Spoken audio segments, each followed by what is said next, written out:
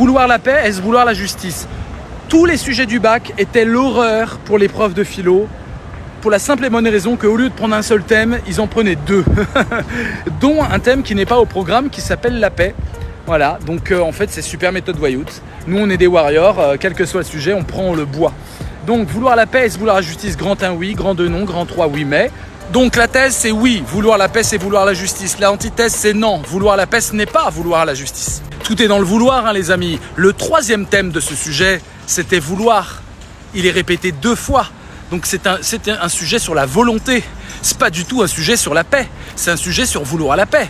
C'est pas du tout un sujet sur la justice. C'est un sujet sur vouloir la justice. Et c'est un sujet sur vouloir la paix et vouloir la justice. C'est le sujet le plus casse-gueule que vous pouvez avoir. Mais comme dans la méthode voyoute, on verrouille tout en répondant 9 fois au sujet, vous avez donc répondu 9 fois à vouloir la paix, c'est vouloir la justice pour telle et telle raison, en plus avec des punchlines. Et du coup, vous avez 9 réponses au sujet variées, différentes, qui reformulent les termes du sujet, tandis que les autres se sont méthodiquement plantés. C'est pour ça qu'on a des 20 et des 18 à l'appel, mais à l'appel, hein. Quand vous allez voir les screenshots que j'ai de vos notes, vous allez halluciner. Vouloir la paix, est-ce vouloir la justice? Spontanément, nous imaginons que le désir d'éviter les conflits et de forger un pacifisme éclairé suffit pour faire triompher la justice, pour faire respecter les droits, pour avancer vers un monde meilleur. D'accord? On vient de dire oui. Maintenant, je dis l'antithèse. Néanmoins, la seule volonté n'est pas l'acte. 2 points. Il ne suffit pas de vouloir continuellement l'avènement d'un monde pacifié pour que justice soit rendue, soit garantie et soit faite. Point. Bam! Bam les amis! Allez, on y va, la problématique. Vous la sentez la problématique? Elle va être belle. Je la sens, elle monte là. Attendez, elle monte. Dès lors, comment l'effort continu de viser la paix dans nos pratiques, nos lois et nos comportements peut-il à la fois aller de pair avec la poursuite de la justice et dans le même temps être en tant que seule volonté possiblement profondément injuste? Point d'interrogation. Bam les amis, ça s'appelle un bam. Je vais bloquer l'évidence première du « ah bah oui », ok. En effet, virgule, poser une adéquation entre la volonté de paix et la volonté de justice ne garantit strictement rien. 2 points. Nous pouvons en rester au simple désir dépourvu d'effectivité. C'est juste du désir, ça. La paix, tu peux la vouloir, ça se trouve, tu fais rien pour. Et la justice, tu peux la vouloir, ça se trouve, tu fais rien pour. Inversement, je vais dire que la thèse qui dit que vouloir la paix, c'est pas vouloir la justice, elle est bête.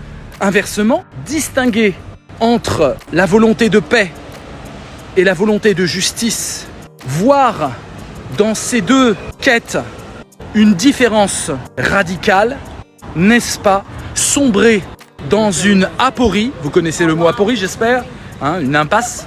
N'est-ce pas sombrer dans une aporie, dans la mesure où une paix injuste serait une guerre larvée et où une justice de guerre serait la loi du plus fort? Point d'interrogation. Voilà, j'ai bloqué toutes les issues. C'est parti pour l'enjeu. Il est facile là, l'enjeu. On parle quand même de paix et de justice. Ces questions sont capitales si nous voulons penser une société où la solidarité, la justice sociale et le droit ne sont pas de vains mots, mais des idéaux capables de mobiliser notre système éducatif, politique et plus largement notre humanisme. Point. Donc c'est hyper important. On y va, annonce de plan, bien sûr bullshit les amis. Dans un premier temps, nous essaierons de comprendre les liens qui unissent la volonté pacifique et les combats pour plus d'équité. Pour ensuite aborder l'optique du droit et de la loi. Et enfin essayer de comprendre quels liens unissent le vivre ensemble et la tolérance dans une optique éthique. Voilà, c'est bien, point. Voilà, c'est de l'impro total. Donc, vite fait, très vite. Vouloir la paix, est-ce vouloir la justice? Grand 1, oui, évidemment, c'est la même chose. C'est hyper important de mettre ça sur le fait de la volonté. Vous auriez pu très bien recycler Soro. Oui, les justes de Camus, c'est bien. Donc bien distinguer l'organisation de la loi, l'institution de la loi, et puis la justice au sens justice divine, justice des hommes, etc. Sentiment de justice. Donc avec le vouloir, on est dans une optique très psychologisante. Et c'est ça qui est un peu le bonheur pour les voyous dans ce sujet, c'est que comme on répond au sujet, on répond sur le vouloir, et donc vous avez forcément parlé d'inconscient, de volonté, de désir, voilà. On commence donc en disant que le sentiment d'injustice est un sentiment premier chez l'être humain. Chez les Grecs, en fait, le sujet est inversé, hein. Chez toute la pensée grecque, à part quelques-uns, à part Antisthène et d'autres, c'est inversé, c'est-à-dire c'est parce que tu veux la justice qu'il y aura la paix. Il y a cette idée que vouloir le bien, viser le bien, permet l'organisation sociale autour de principes bons, d'où la nécessité d'avoir le philosophe roi. Donc bien sûr vous devez définir la paix. Alors il y a plein de façons de définir la paix. Vous pouvez la définir comme l'opposé de la guerre, c'est le truc, évidemment vous y avez pensé j'imagine, c'est fondamental. Vous pouvez évidemment définir la paix comme la paix intérieure, donc là vous avez tout l'épicurisme, le stoïcisme, d'ailleurs la paix de l'âme. La radicalisation c'est vouloir la paix, ça ne peut être que vouloir la justice, c'est-à-dire que vous devez souder complètement les deux. Hein, la paix et la justice, vous devez presque en faire des synonymes, et vous le dites. On croit que les mots sont séparés, mais en fait, au niveau du concept, conceptuellement, la paix et la justice, c'est la même chose. Parce que, encore une fois, une paix qui ne serait pas juste, eh bien, ne peut pas être une paix sereine. Donc il y a plein de choses à analyser. L'idée de paix injuste, l'idée de justice dans le contexte. Grand 2, donc transition, bien sûr, on dit attendez, ça n'a rien à voir.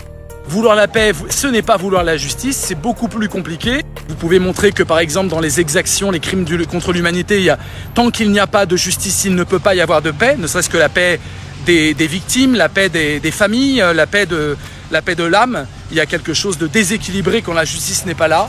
Et le grand 3, les amis, c'est simple comme bonjour, vouloir la paix, c'est vouloir la justice. Oui, mais ça dépend, il faut philosopher, c'est tellement facile. Il y a que l'intro qui est dur en fait dans ce genre de sujet. Tout le reste après passe comme une lettre à la poste. Vous voulez parler de crimes contre l'humanité, ça rentre. Vous voulez parler de guerre. J'espère que dans vos copies, vous avez quand même utilisé un peu vos cours d'histoire. Hein, je vous avais dit, si vous parlez de la Deuxième Guerre mondiale, mettez des choses très précises dans votre copie. Je voulais signaler. On finit par un hymne à la philo. Vouloir la paix, oui, et c'est vouloir la justice que si c'est dans une démarche philosophique. Youpla boum, emballer, c'est peser. Conclusion, on est formidable. L'ouverture, on peut parler sans le citer du conflit avec l'Ukraine, mais sans le citer, en disant quand une superpuissance attaque sous des prétextes fallacieux, elle veut la guerre mais elle s'arrange toujours à dire mais c'est juste parce que ça m'appartient. Donc il y a toujours une justification de la guerre. Et toujours, ceux qui font la guerre disent toujours qu'ils veulent la paix. Et donc il faut que le philosophe arrive pour bien faire la différence entre ceux qui prétendent vouloir la paix mais qui font la guerre et ceux qui prétendent que c'est juste, la guerre juste. Vous savez, c'était quand l'Amérique allait faire la guerre en Irak. Hein. Il y a tout le concept de guerre juste qui a éclaté. Et donc voilà, vous finissez là-dessus. Vous finissez en disant il faut un regard philosophique pour bien distinguer des choses. Voilà. C'est un sujet très compliqué si on n'a pas compris que tout est dans le vouloir. Et hyper simple quand on a compris ça. Et comme en méthode Vayout, on lit même pas le sujet. En méthode Vayout, on prend les mots, on fait une sorte de ruban de toutes les significations des mots et on bullshit à chaque sous-partie. C'est ça que vous avez fait, hein, ceux qui ont des vins là. Il y en a qui ont eu des vins là.